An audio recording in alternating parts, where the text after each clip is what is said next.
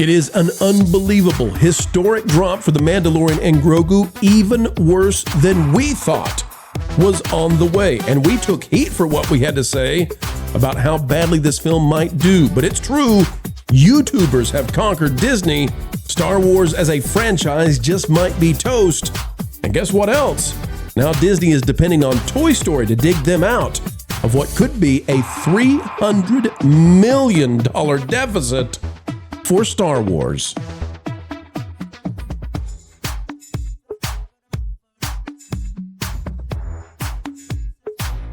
It is a historic weekend for Star Wars. Early this morning, folks, we were covering this, but it's getting worse and worse for a galaxy far, far away. And frankly, this is perhaps the end of the franchise. They either fix it or they wind the whole thing down after Starfighter. What are we talking about? It now looks likely that Star Wars, and again, tickets are still being sold on this Sunday, so don't listen to them. We won't know really until Tuesday or Wednesday, but it does now look like Star Wars will be number 3. Deadline reporting this from Anthony D'Alessandro. Backrooms, mushrooms to 85 to 88 million. A24 record opening outstrips Mandalorian and Grogu debut. Obsessions 106 plus is the best ever for focus features. And all of this is seemingly being done by YouTubers. From the Saturday AM, A24's Kane Parsons internet-born IP Backrooms continues to defy expectations with first-day previews of 38.4 on its way to an opening between 85 and 88 million dollars. But oh my, Star Wars The Mandalorian is not doing well, let's just say, because if we go down, not only is Backrooms doing A-OK with a cinema score of B-, by the way, but Obsession is doing pretty darn well in its third weekend with 28.5 million. And that means, and again, we have to count this out, but Obsession is probably the second place movie. And where does that put Star Wars? The Mandalorian and Grogu, and a reminder here, a Star Wars film has never gone to number 2 in its second weekend. This one is going to number 3. Again, we may have to wait a couple days to prove it out totally, but it now looks, it's just about a done deal. Number 3. And how big is the fall? Right now, the projection is 69%. We won't know again for a couple of days when they get the final tallies. This could go up to 71% drop. It could be a 67% drop, somewhere in that range, but 69 right now with a $25 million weekend. Now, why is this just absolutely awful, terrible, bad? Because now, what are we looking at? Well, we keep updating that box office and where we think it's going to go. Guys, this thing may struggle. This thing may struggle to get to 350. And that is something to see for Star Wars. Let me go to Lauren first. Lauren, third place, second weekend. Not something we ever even thought I thought was possible. Wait a minute. Hold a second, Lauren. Did we think that was possible? Let me go to That Park Place article real quick. Hang on just a second, Lauren. Let me read this real quick, Lauren. What if we told you that it's not just the second spot that Mando might slip to? We're now looking at the chance Obsession could take the number 2 spot and Star Wars actually drops to number 3 in its second weekend. That would be unbelievable. Who wrote this? When did this come out? Pro on May 29th, before the week. Okay, update. Lauren, we may have seen this coming, but Lauren, it's still not a good thing for Star Wars, and that's an understatement. So it's historic now. What are your thoughts on a historic weekend and not in a good way for Star Wars? I'm actually going to give you, I think, a surprising take. I couldn't be more delighted that it's happening this way. Please, why? Because you have 2 horror movies that are knocking it out of the top spot, and this is a test case that is showing that you can make movies on a budget. Horror movies are almost always cheap to make, and they can have a massive return on investment. You just have to focus on the story, character, and setting.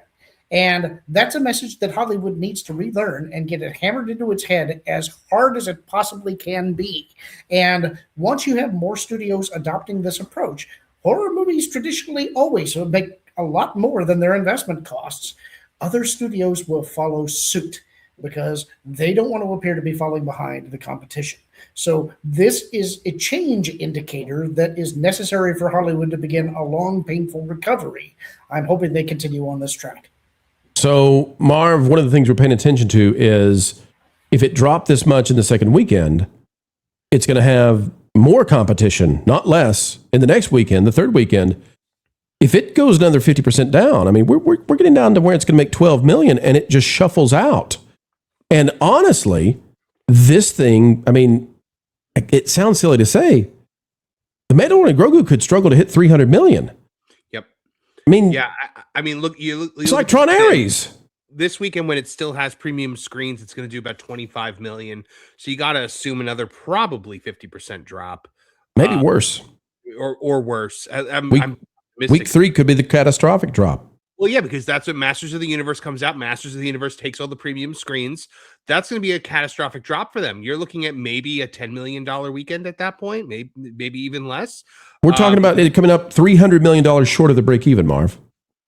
Yeah. It would make half of the money it needed to make, which is absolutely insane. And you'd have to think then Disney has got to be looking at itself in the mirror and being like, what have we done? We've made a huge mistake. We let this woman run roughshod over this organization. No one stopped her. No one stepped in. No one tried to put a limit on what she could do. She kept doubling down to our detriment over and over and over again. And this is the place that we have found ourselves. And honestly, there is no one to blame but Disney, but Bob Iger, because the buck stops at the top, for all of the things that have happened to this franchise. They let an idiot run it into the ground. They let someone who does not like Star Wars drive it into the ground. And honestly, they deserve what they're getting. Well, here's the other problem. Yes, they did drive it into the ground. And yes, it is on Kathleen Kennedy. But one of the best directors of our era, Jon Favreau, is over this. And the guy who runs Lucasfilm now is the writer of the script. So I don't know where you go from this. I mean, this is, you can't put out any more Star Wars movies because if Mando, the number one show on Disney Plus for like 2 years, if that gets 300 million or struggles to make $300 million, you can't bet on anything unless you're literally going to go back to Luke Skywalker somehow and fix that. Well, I think there's another avenue that we're not really looking at here is that they're going to look at this and be like, well, what's popular right now? The thing Dave Filoni didn't make, Andor. And then you're going to get more things like Andor. And while Andor is great, I don't think that's a good idea. I don't think they can, all the smoke and mirrors of Disney Plus, they are not going to spend any kind of money on the box office anymore because it's too embarrassing for them. And Wiz, here's the deal. People don't understand what just happened. And we need to explain it because it really is. You have to be paying close attention to understand what just happened. It's monumental. Wiz, this is another moment where the new media is taking over because who beat Star Wars? It wasn't, a couple of films with $300 million budgets. It wasn't blockbusters. Wiz, it's YouTubers. YouTubers are defeating Disney at the box office.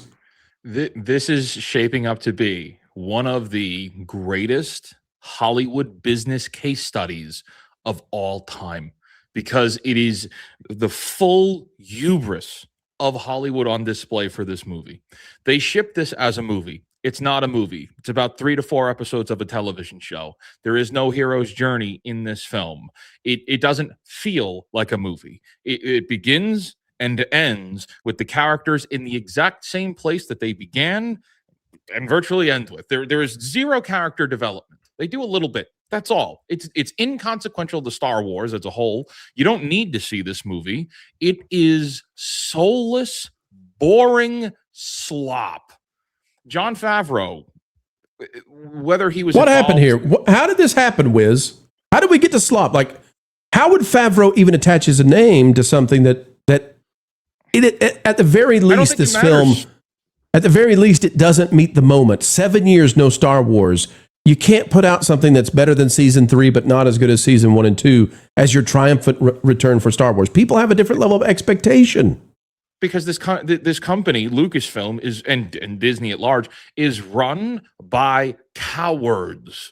Not only are they cowards, they are arrogant cowards. So these are people who don't understand why we don't like Star Wars anymore. They can't understand why you at home don't like Star Wars. They think they're doing the greatest job ever. They love The Last Jedi. They love throwing Luke Skywalker away. The Skywalker saga means nothing. They want their own Star Wars. Hey, Wiz, if this can happen to Star Wars, is it time for us all to start wondering what happens with Doomsday at the end of the year? Is it time for us to say, wait a minute.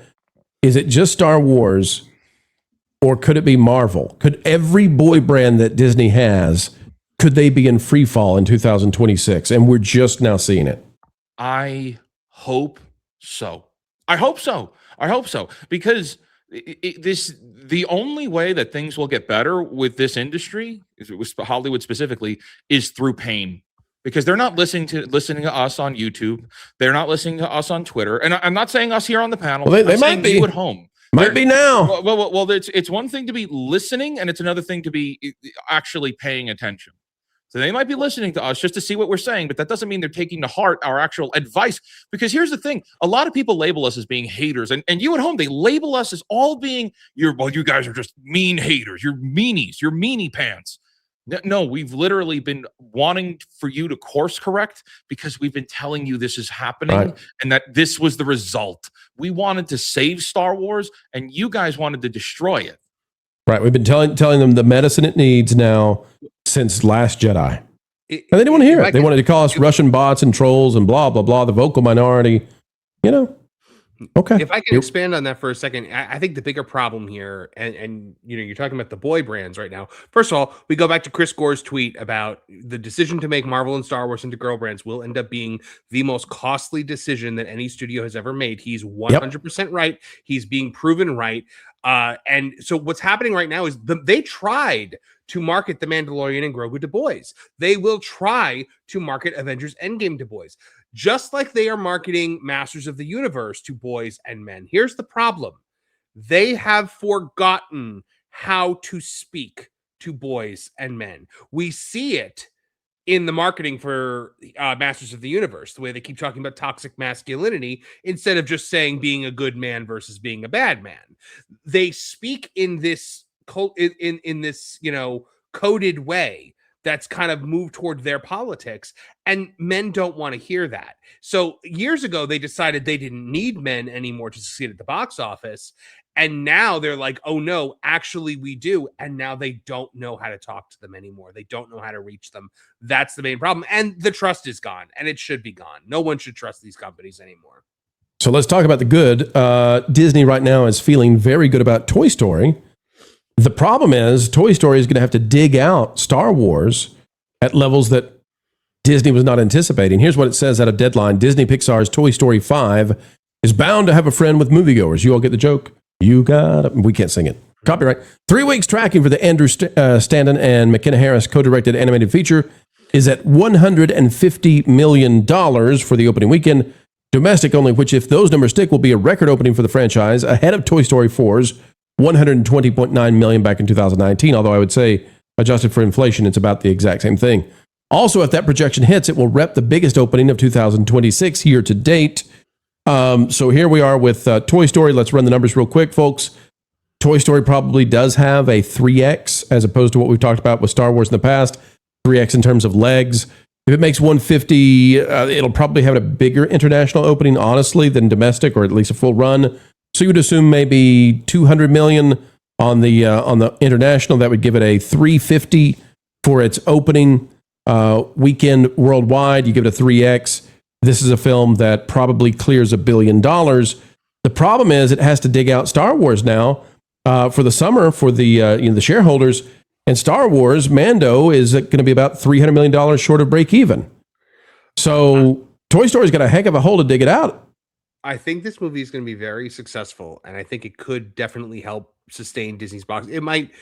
I mean, at this point, though, if it makes $1 billion, it's just kind of undoing the damage that The Mandalorian and Grogu did. It might just eat into that deficit. But I think this is going to be an unpopular movie because I think this is a bait and switch girl boss movie. Boy, it better not be. Boy, what a mistake it will be. We already know they've said Jessie has a much larger role than she's ever had before. Jessie, I think, is the main character. The first draft of this movie didn't even have Woody in it. Yeah, that just came out. Woody is is jammed into this thing in a way that he could have very easily been taken out. I don't think this is about Woody and Buzz. I think this is about Jesse, and that might hurt the leg. Then the that's other gonna hurt them problem, in the second weekend.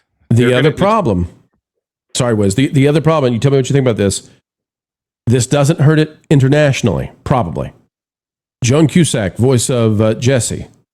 I'm not trying to be rude. Tim Allen's come out and said he had to go to an opera coach to help him sound younger, to hit his, when he was in his 40s, playing Buzz for the first time. Joan Cusack as Jesse sounds old. I'm sorry. It is just the way it is. Jesse sounds old.